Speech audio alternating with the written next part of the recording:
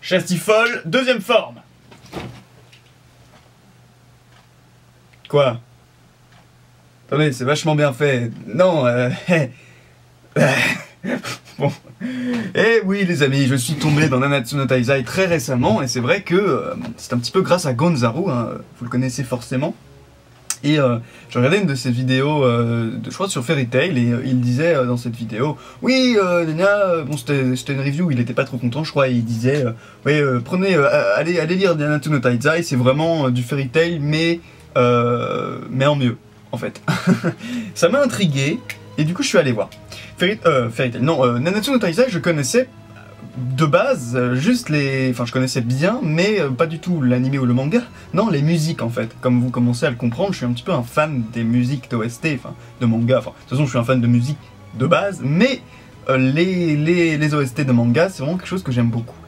Et celles de Nanatsu no Taizai m'ont vraiment plu. Et je sais pas si vous avez pu entendre derrière dans mes vidéos, mais souvent, j'utilise des hosts de Nanatsu no Taizai. J'en utilise pas mal. Mais voilà, donc je suis tombé récemment dessus, et là, la semaine, enfin les semaines passées, je me suis bouffé du Nanatsu no Taizai, j'ai regardé l'anime, j'ai lu le manga, et donc voilà, donc j'ai un petit peu, je suis arrivé, je me suis mis à jour tout simplement, et c'est vraiment très très bien. Donc vu que c'est la review d'introduction, hein, on va prendre un tout petit peu plus de temps pour... Je vais pas tout de suite entrer dans le chapitre, mais enfin déjà pour dire, effectivement il y a un petit côté Fairy Tail, dans l'aspect un petit peu reprise d'un contexte non pas japonais comme dans Bleach par exemple ou dans One Piece, même si One Piece c'est beaucoup plus divers, mais voilà, peu importe. C'est vrai, dans Fairy Tail il y a cet aspect un peu occidental, un peu médiéval. Voyez par exemple Erza, ses armures de chevalier, tout ça, même si bon ça varie avec Erza, mais aussi les villes sont plutôt occidentales.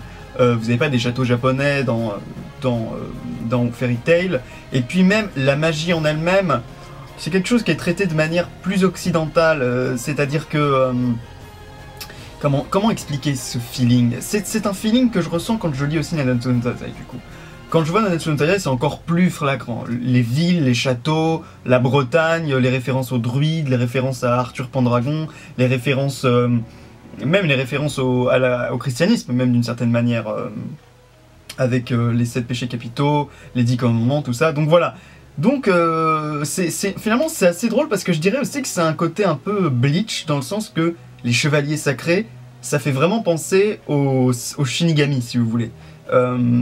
Et de fait, leurs pouvoirs aussi, qui sont un petit peu, c'est un peu tout et n'importe quoi, les pouvoirs des chevaliers sacrés, ce qui est un petit peu le même cas des Shinigami. Il y a des pouvoirs élémentaires, il y a des pouvoirs de n'importe quel type, que ce soit des pouvoirs physiques, des pouvoirs de manipulation, des pouvoirs d'invocation de créatures, de je ne sais quoi. Et donc voilà, récemment d'ailleurs, on a vu donc l'apparition de Escanor, et donc on a les 7 péchés capitaux. Et ce que je trouve assez intéressant, c'est que on a vraiment tout un panel de personnages qui sont très différents en fait. On a alors attention, je vais peut-être spoiler des gens qui ne sont pas arrivés jusqu'à présent dans le manga, mais voilà, je vous aurais prévenu. On a Meliodas, qui est une sorte de démon en fait, hein. Bon, même si ses vraies origines restent à... Enfin bon, ça reste un petit peu bizarre. On a Ban, qui est une sorte... Au début, moi, Ban, franchement, je le voyais vraiment comme une sorte de vampire, si vous voulez. Avec ses petites dents, comme ça, le fait qu'il soit immortel. Bon, c'est pas un vampire, hein. Puis en plus, quand on a lu le chapitre un petit peu filler sur... Enfin, pas filler, mais un peu flashback, là, sur les vampires d'Édimbourg, ça nous montre que voilà, il y a des vampires dans ce monde, donc Ban n'est pas un vampire. Mais bon, je trouve ça stylé. Moi, dans ma tête, c'est Ban le vampire. Voilà. Je sais pas pourquoi. Il est très stylé d'ailleurs, Ban.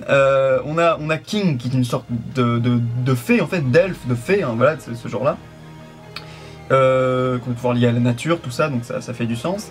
On a également, du coup, Diane, qui est la géante, tout simplement, hein, des pouvoirs liés à la terre, et une grande force, plus simplement.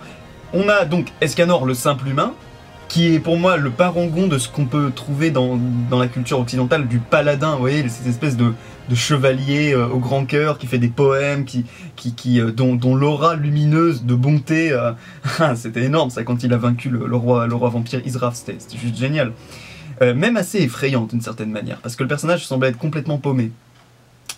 D'ailleurs, c'est d'ailleurs pour ça que je pense que, à mon avis, c'est un peu la contrepartie du pouvoir d'Escanor, c'est que ce gars-là, il est un petit peu incontrôlable à mon avis à son point culminant. Je ne sais d'ailleurs pas si on l'a jamais vu une seule fois à son point culminant, c'est-à-dire à midi pile.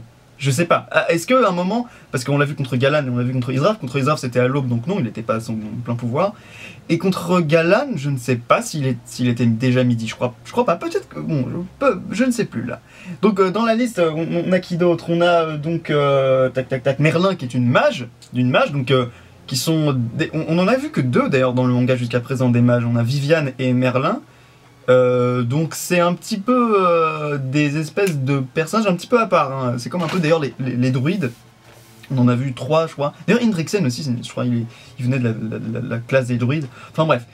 Et il y a Gother que j'aime vraiment pas trop. Gother, c'est pas que je l'aime pas, le personnage est assez unique en son genre et voilà, il a du développement. Mais le problème c'est que il est malaisant. J'ai du mal avec lui, j'ai vraiment du mal. Je sais pas pourquoi, pour moi en fait ce gars là c'est une espèce de fan service que je comprends pas en fait. Parce que autant je peux comprendre le fan service féminin avec des personnages comme Grey ou Hisoka dans Hunter x Hunter, et le fanservice pour les hommes, fanservice masculin pour les hommes, sans problème, j'ai aucun problème à le comprendre, même si des fois c'est un peu gênant, mais des fois c'est cool aussi. Mais là, je comprends pas, c'est un gamin, un peu androgyne aussi, donc c'est vraiment confusant ce jeu. Et puis en plus, il est assez détestable quand même, ce personnage, enfin il est pas très appréciable, il est pas... Le fait qu'il ait pas d'émotion, ça joue beaucoup, même si c'est intéressant, on va pas se mentir. Mais et puis le fait aussi qu'il soit le premier démon, le chef des 10 commandements, c'est plutôt intéressant.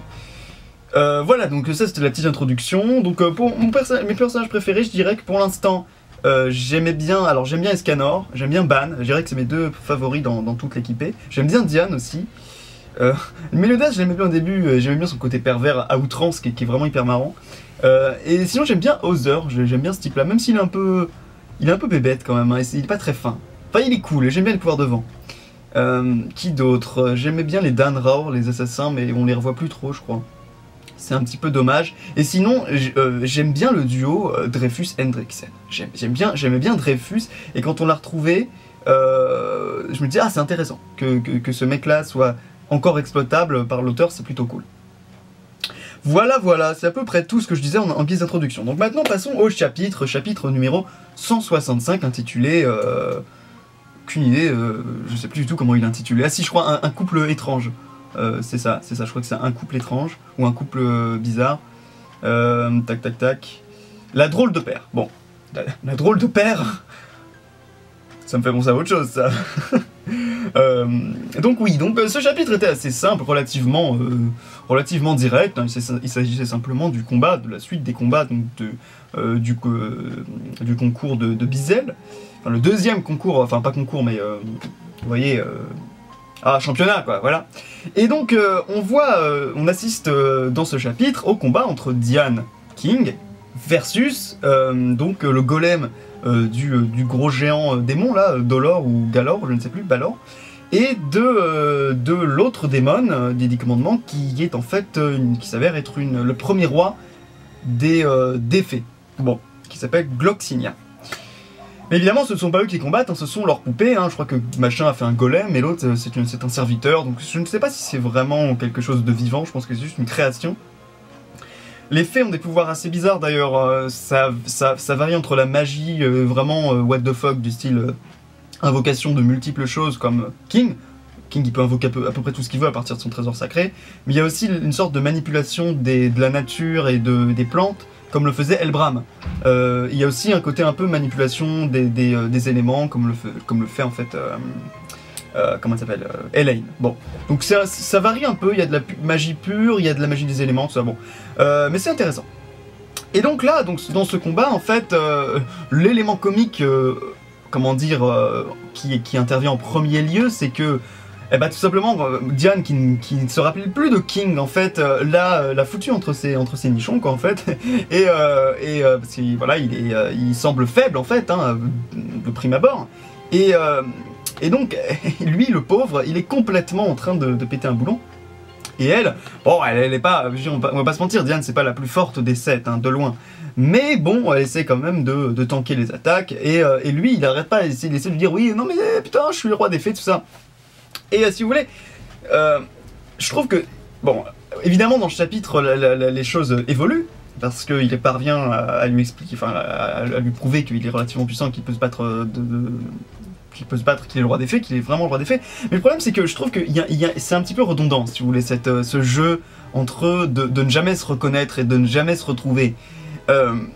Ça dure depuis le début du manga finalement. Au début, elle se rappelait plus exactement de tout ce qui s'était produit durant leur jeunesse, et du coup, elle ne lui reconnaissait pas ses vrais sentiments. Et c'est vrai, quand on a vu le flashback, je lui dis mais attends putain, ils se connaissent depuis si longtemps, et pourtant elle en kiffe sur Meliodas. Alors que King, il est là depuis... Bon, l'amour, ça peut être complètement aléatoire, hein, donc c'est vrai que ça ne se contrôle pas forcément, mais voilà, c'était bizarre quand même qu'elle le traitait un peu comme ça, comme si c'était un nouveau venu au début du manga, alors qu'en fait, on voyait dans le flashback qu'il était avec elle depuis si longtemps. Et là, le fait qu'elle se soit pris enfin, qu'elle se soit fait supprimer ses souvenirs par Gauthier, c'est encore un petit peu, voilà, c'est redondant. C'est-à-dire, encore une fois, voilà, c'est un peu ce jeu de « Ah, machin, je vais t'avouer mes sentiments. Ah, quoi, mais t'es qui ?» Et on a envie de dire, bon, voilà... Bon, c'est un peu chiant, quoi. Mais en même temps, je crois que c'est aussi une bonne chose. Et je vais expliquer pourquoi. C'est qu'en fait, je pense que finalement, ils ne se retrouveront jamais qu'à la fin du manga. Je pense que le seul moment, effectivement, où les deux pourront retrouver leur mémoire... D'ailleurs, King, il a sa mémoire, hein, c'est pas le problème. Mais King, lui, il n'ose pas avouer. Et Diane, elle perd sa mémoire. Donc les deux ne se retrouvent jamais. Et c'est une espèce de jeu constant de, voilà, machin qui veut voir machin, qui s'en va, et elle qui retrouve la mémoire, c'est toujours comme ça. Et je pense que finalement, ça va durer tout le manga. Je pense réellement, hein, je pense que ça va être vraiment à chaque fois un jeu entre les deux. Et je pense qu'il faut se préparer. Moi ça m'énerve un petit peu là, maintenant, mais bon, si c'est un thème, si c'est un enjeu important du manga, mieux vaut effectivement ralentir le rythme, si vous voulez. Bon voilà, et donc bon voilà pour ça. Donc je trouve que effectivement au début c'est un peu casse-bonbon quoi, on va pas se mentir. On a envie qu'ils se retrouvent les deux parce que vraiment c'est un couple assez attachant. Mais tout de même, pour l'instant, bon, l'heure n'est pas à ça, l'heure est au combat. Et c'est vrai que comme le disent d'ailleurs eux-mêmes Dolor et Gloxinia, leurs deux adversaires sont vraiment bien adaptés parce que, comme le dit Dolor, c'est le destin qui les aurait mis, parce que, effectivement, on a le roi des fées contre un ancien roi des fées et une géante contre un golem, non, d'ailleurs, le premier des géants, tout simplement. Et donc, s'ensuit ensuite le combat entre King et donc les deux adversaires qui, au bout d'un moment, qui n'arrivent pas à contenir la puissance de King et sont boostés par leurs deux créateurs. Et je pense que ça nous dit quelque chose d'assez important ici. On voit comment... bon, Diane était capable de tanker un petit peu vite fait les attaques de leurs deux adversaires au début, quand ils n'avaient pas été boostés. Mais elle avait quand même du mal. Et là, on a King qui arrive comme ça. Bon, bien sûr, après qu'il se soit fait booster, ces deux adversaires parviennent à vaincre son ours. Mais le truc, c'est que juste après, on voit qu'il a un power-up avec le Chastifol deuxième forme en mode... gardien en mode forme finale. Et en mode bien balèze et tout. Donc je trouve que ça nous dit quelque chose. King est un des plus puissants, péchés capitaux. C'est clairement ça. Je veux dire, ce petit gars, il est extrêmement, il a une puissance magique vraiment très importante. Et en l'occurrence, encore une fois, il faut pas trop se fier à l'échelle des puissances, comment dire, comment expliquer, vous voyez j'allais dire le Doriki dans One Piece, mais vous voyez le niveau de puissance déterminé par Hawk. Je pense que voilà, c'est juste un indicateur, mais encore une fois, voilà, bon, je crois que King d'ailleurs n'est pas au début, hein, donc n'est pas le premier évidemment, je crois que le premier c'est Escanor et Meliodas, mais même si Escanor et Meliodas sont clairement les deux plus puissants, je dirais. Mais King, pour moi, voilà, il a quand même une très grande versatilité, différentes, ouais, je crois qu'il y a 8 formes, Chastifol elle a 8 formes. Tiens, bah, on va en parler, tiens, ouais, voilà, là on assiste à la fin du chapitre à l'apparition, en fait, la libération de la véritable forme de Gardien, c'est-à-dire la deuxième forme de Chastifol. Et Chastifol, au début, en fait, on voyait que c'était un petit oreiller qui pouvait se transformer en lance. Je crois que la lance, c'est est-ce que c'est une... Oui, c'est la forme 1, tout simplement. Et donc nous avons vu en 2 que c'était pouvait se transformer en gros ours. En 3, il me semble que c'est... que je dise pas de bêtises, je vais aller vérifier. Ah oui, le 3 c'est le pouvoir de pétrification qu'il avait utilisé contre Ban, et qu'il d'ailleurs n'a jamais réutilisé, ça c'est assez curieux. Enfin je crois. Et en forme 4, donc c'est Sunflower, hein, c'est la grande fleur qui balance un rayon d'énergie. En forme 5, que je ne dise pas de bêtises, c'est les petits poignards de ninja là, qui sont assez pratiques d'ailleurs je trouve, même s'il manque un peu de puissance. Et je crois qu'il y a encore 2 autres formes, mais j'ai un petit peu oublié. Ah oui, si, il y avait l'espèce de bouclier qu'il a fait. Vous voyez, donc c'est vraiment très très versatile sa magie, elle est vraiment intéressante. Et donc voilà, King, ensuite, à mon avis, va tout simplement régler le combat assez simplement avec ses vraies formes. Et ce que je pense, c'est que, voilà, ces formes True Spirit, enfin c'est-à-dire véritable forme spirituelle, nous indiquent que pour chaque forme, il a une forme de base et puis une forme libérée. Donc ça peut être intéressant. Il me semble qu'on n'a pas vu absolument pour toutes les formes. Je crois pas qu'on ait vu parce qu'on a vu pour la lance, il y avait une forme véritable. Et donc là on voit que pour la forme gardien il y a aussi une forme véritable. Donc voilà, c'est plutôt intéressant. Et je pense que ce personnage a vraiment beaucoup de ressources, même si c'est pas mon préféré, hein, je dois l'avouer quand même. King n'est pas mon préféré, même si là il est développé et que la plupart des personnages dans Nanatsu no Taizai sont assez développés, hein. Ça c'est plutôt une grande qualité du manga. Et donc voilà, donc le combat finalement est pas très passionnant, hein. D'ailleurs le chapitre non plus est pas très passionnant, hein. C'est un petit peu voilà, le jeu entre Diane et l'incompréhension entre Diane et King qui est perpétuelle, et l'apparition, donc le petit combat qui de toute manière on sait qu'ils vont gagner, donc bon, enfin je pense, hein. Donc voilà, et d'ailleurs un moment assez intéressant, il allait avouer sa flamme à Diane, hein. Il allait le faire.